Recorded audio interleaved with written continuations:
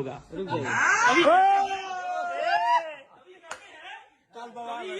कभी कहते हैं मैया के जोगावल इधनवा धुआं कोइले बा तो खोदी खोदी ढोड़ी के इधर इधर इधर देखिए, छुपाइए नहीं मुँह। गौतम जी कहते हैं आपके सामने ही असली। गौतम जी कहते हैं कि टोई टोई आटा के ससुरा पुआ कोइले बा।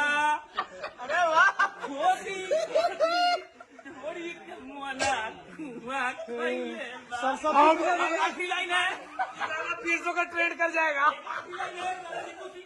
दीपू सिंह और रवि भट्ट के नजरिए से बहुत वीडियो बना रहे हैं ना। कैमरे के पीछे रवि भट्ट है, गाइस दिखाओ रवि भट्ट को दिखाइए। कहते हैं, क्या कहते हैं रवि भट्ट और दीपू जी कि एम खेले वाला ऑनलाइन गेम बा हमारा में तो ना ये लोग के ढोड़िए में 32 GB रैम। एक नंबर।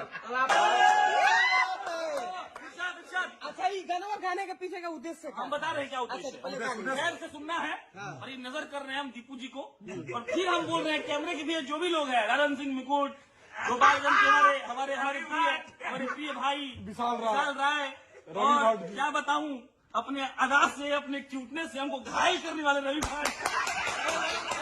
और आखिरी लाइन है, नीतीश जी बुरा मत मानिएगा कि उसने पूछी आखिरी ख्वाहिश और मोहब्बत भी मैंने की हुई है।